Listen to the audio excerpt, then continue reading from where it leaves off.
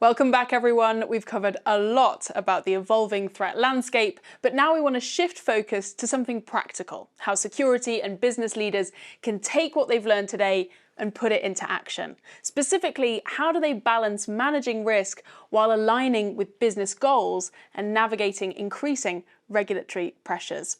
To help break this down, I'm excited to introduce two experts. We have Alexandra Rose, Director of Threat Research and Government Partnerships, and Stacy Leidwinger, VP of Marketing. So Stacy, a lot has been said today. What do you want primarily for leaders to take away from today back to their teams? So that's actually what we're going to try to achieve in this next session. There's been a lot of content today. We're going to try to give everyone 3 key takeaways and then really explain how to take it back to different stakeholders in their organizations. So we'll see if we're up for the challenge, Julia. I have full faith. I will leave the floor to you. All right. Thank you, Julia. We know threat intelligence matters. It plays a crucial role in helping businesses protect themselves from cyber attacks, but not every piece of intelligence resonates with every audience member. What's critical for a security analyst might not move the needle for a CISO or an executive. So today, we're going to break it all down, look at how threat intelligence fits into the context of different roles and perspectives, from analysts to board members and all in between. And we're going to help equip you to defend your organizations and really drive the right security outcomes. You know, you're spot on. There's no doubt in my mind that threat intelligence can and should be a key component used to help shape and inform decision-making at various levels. Threat intelligence can absolutely provide the context to secure organizations and their mission. That said, delivery matters. What I talk about with frontline analysts or IT folks is different than what we're going to talk about with an executive team. Their priorities are different, the level and breadth of impact is different, and we must translate what we've learned today and what we've learned in general in the world of threat intelligence. We need to translate that into the right context for each audience. Alex, you're absolutely right. And I think to bring that to life even more, let's break this down. And let's start with that security analyst level. They're on the front lines every day dealing with real-world threats. What do they need so they can respond in a timely fashion when they're thinking about threat intelligence? Yeah, you know, it's a great question. Security analysts really need to focus on the most critical threats because they have limited time and resources. And threat intelligence helps provide that essential context, helps them understand what's urgent, what can wait, and what can be ignored. By having actionable insights, they can respond quickly and ideally halt attacks, before it becomes more serious than it is. And I think that need for relevant, timely, and actionable intelligence is critical for analysts really to perform their jobs well. Their job is to weed out all of the noise from all of the alerts, all of the intelligence they're gathering to really focus on what matters. Yeah, they absolutely need to key in. And I think something that's been said throughout the day is we're not here to just talk about the fun stories. It's about the translation of those stories, the translation of them into technical detections and protections. This is really what ultimately enables security analysts to better focus their attention, so that they can pay attention to the threats that are most likely to impact the business at hand. And traditionally, security analysts are really focusing their time on the priorities that are set really by the CISO. So as we take a look at the next role, let's think about that CISO role. They need to have an understanding of today's timely critical threats, but they also need to have that broader view on what's emerging. How do CISOs really leverage threat intelligence so they can balance that between the day-to-day and the strategic future? Yeah, I spend a lot of time presenting to CISOs, and I know they aren't just focused on what is happening today, but they need to be focused on the road ahead. Of course, what's important to them is what their teams are doing and how they're protecting the network, but often they're really paying attention to how they can build out a proactive security strategy. And there's no doubt that threat intelligence does provide the necessary data to do just that. It's not just about what's happening now. It's not just about what's happened in the past, but it's also about where we're heading. And this kind of insight allows them to think about the best next security dollar spent. We all know that's an important question. It allows them to allocate their resources more wisely, prioritize future investments, and continually evolve their security posture. And I think one of the things CISOs really is most critical in their role is they're the key communicator when you think about it. They're bringing all of this insights about the threat, what's happening into their organization, back into the business. And Alex, that's one of the reasons you're meeting with them so often, is they're looking for guidance on how can I take some of these really technical concepts and communicate them back at the business stakeholder level. Yeah, it's exactly about making those decisions that protect the business today while also preparing what comes next. And I think what you talked about there is spot on. The CISO really is that connector between two worlds, right? Their teams focused on the day-to-day technical protections and planning, but also the connection with the executive team and beyond. They really are living between and bridging the gap between that tactical and strategic world. And talking about strategic, let's now shift our attention to the executive leadership team. Their focus is really on driving value for their customers, partners, and stakeholders. How do they use threat intelligence to really tie into those priorities? Yeah, well, I think executive leadership is concerned about delivering value and outcomes. They're also focused on safeguarding business continuity. Threat intelligence can help them understand how external threats can impact operations. It's about reducing downtime, maintaining a competitive edge, and ensuring that a business remains resilient, even in the face of the persistent or emerging threats we've talked about today. But when we're in those conversations, the focus is not on the specific detailed understanding of each threat actor, each activity that they're taking out. It's about a broader category of information. Of course, it's sometimes fun and necessary to talk about the stories. We've talked about many of them today, but we're really focused on the impact side of those stories, the impact of the actual threat activity, because that is what can affect the bottom line. This is what impacts business operations. It's not about the details of the threat itself or the activity itself, but it's about how those activities can derail an organization, their mission, and it's about the cost at the end of the day. And Alex, you're right, it is about the cost, but I think executive leaders are now seeing security as more. It's really protecting beyond just the negative. I've spoken to security leaders and they're seeing in RFIs questions about their security programs. People are asking customers, inquiring about their incident response plans. Some are winning more business because they have better security programs in place. It's starting to become really a competitive advantage on their day-to-day operations. Yeah, absolutely. And as we think about moving from this executive leadership level to the board, it's not a huge jump to think about what foundation we've already built on, really thinking about trust as that main factor. So let's talk about the board's main concern. It's really the company's reputation, their financial health.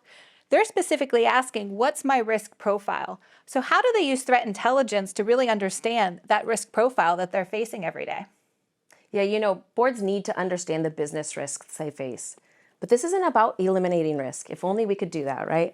Threat intelligence is an excellent resource and tool that should be used to help understand which risks we can mitigate, when we are able to shift the burden of that risk, and ultimately, which risks we're knowingly taking on, right? I think with Threat Intelligence TI, you can provide a risk-based summary that highlights how cyber threats can both affect the bottom line and the organization's reputation.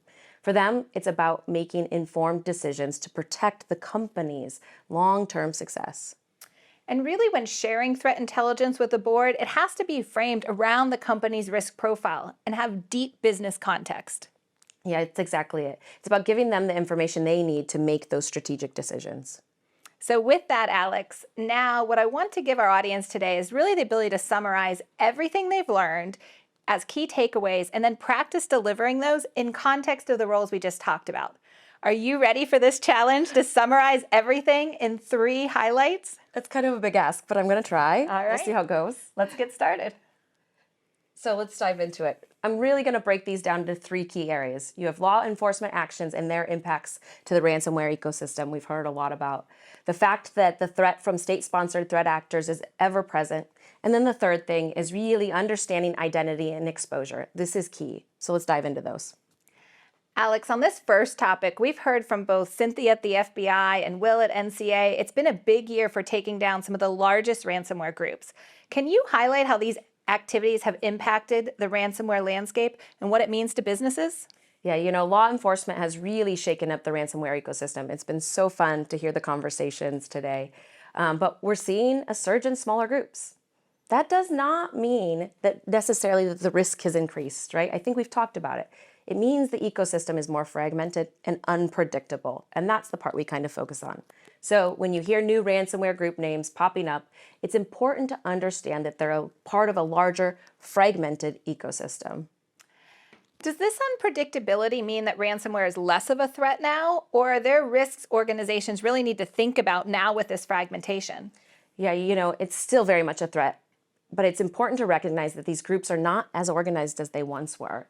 That unpredictability can make them more dangerous in certain ways because they're less predictable, and they're still capable of significant disruption. The threat is still there. So what should organizations do to really adapt to this fragmented landscape? Yeah, well, let's put this into the context of the different audiences we've discussed today. Let's start with security analysts. They need to understand that something like a ransomware threat is, one, a high priority. They need the most up-to-date indicators, IOCs. They need the technical details necessary to protect and detect on their infrastructure. They need the detailed threat intelligence reporting. This rich information really helps them put into context each alert and help them determine how to respond. Let's elevate from there. Let's talk about CISOs. So CISOs need to recognize that the threat from ransomware isn't waning. Yes, the landscape is evolving. It's always going to do that, but it's not going away. They need to be able to account for the fact that they need the proper tooling and resources in the years to come.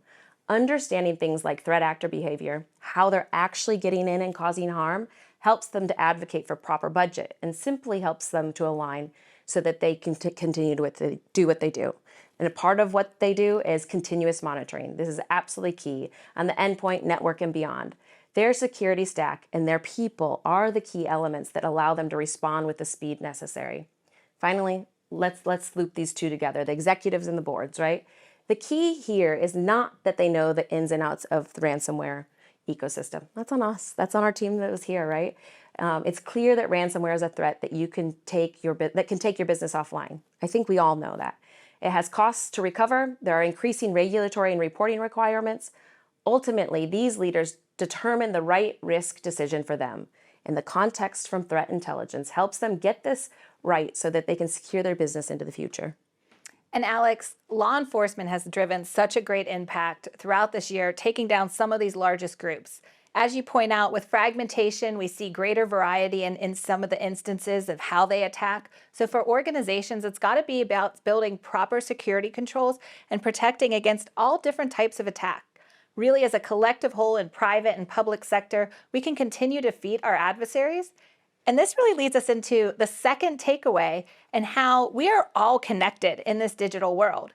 If we have the right controls in place, we can truly protect not only against ransomware attacks, but those that are driven by state-sponsored threat actors. Yeah, that's a great point, I think. State-sponsored threats aren't always aimed at your specific business. The intent isn't always obvious.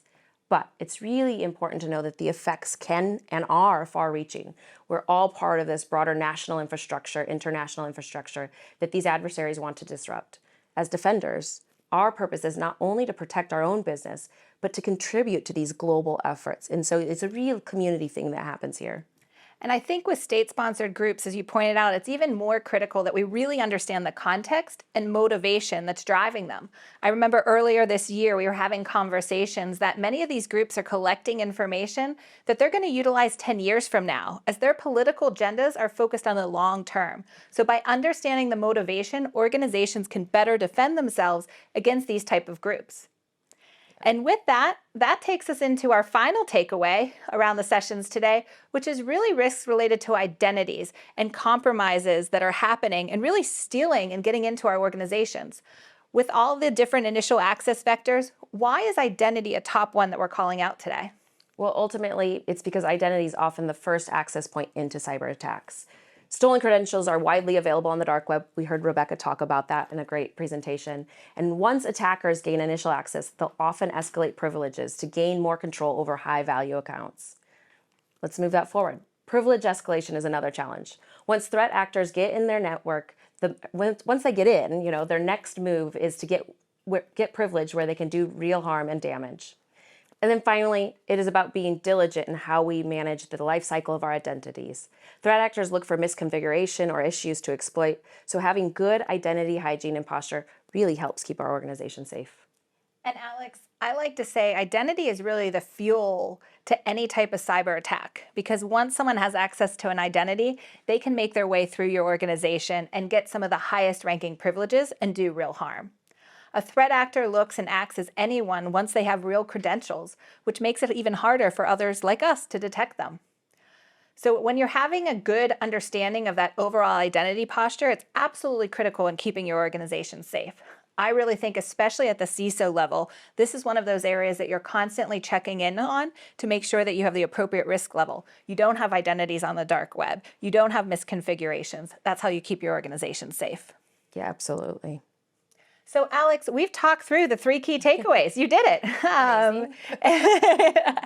And I think with that, what we've really learned is that overall context matters. And you really need to understand how all of these trends are coming together to deliver that context. We talk about this quite a bit, especially as we've prepared for this summit. As we've shared today, threat intelligence provides such an important context to many things. When used in the right way, meaning the information and level of detail is tailored to your audience, that allows businesses to detect, analyze, and respond to threats in a dynamic way. It also allows them to make more informed risk decisions. None of these things are a one-time activity. It's a continuous process, a continuous loop that helps improve your security posture over time. By staying informed, businesses can adapt their defenses and align security with their broader business goals. This is something I truly believe. It's really about using intelligence to drive the business forward, not just to protect it. Yeah, exactly. It's about using threat intelligence to create value and make informed decisions at every level of the organization. When an attack occurs, it's not only negatively impacting their mission of the organization, costing them money, but it also impacts the people. And we often forget the people impact. It impacts the teammates that can't perform their jobs. It impacts customers that are relying on products and services to be given to them. And so based on the mission of the organization, this can be quite harmful if they experience a cyber attack. That's why, regardless of the role that you hold in the organization, you can never lose sight of how the threat is changing, how the landscape's changing. So you can truly stay ahead of that threat, and that's absolutely critical so that we build a global cyber defense system. Thank you both so much for tying everything up into a really neat bow there. Really helpful how you laid out the individual roles that are kind of within this ecosystem, I suppose, and then how their roles pertain to the topic. Fantastic to have you both. Thank you again. Thanks. Thank you. All right, goodness me, we have packed so much into our TI Summit this year. So to refine everything into some key takeaways, I am delighted to introduce Wendy Thomas, CEO of Secureworks, who's offering her closing remarks from the Secureworks HQ in Atlanta.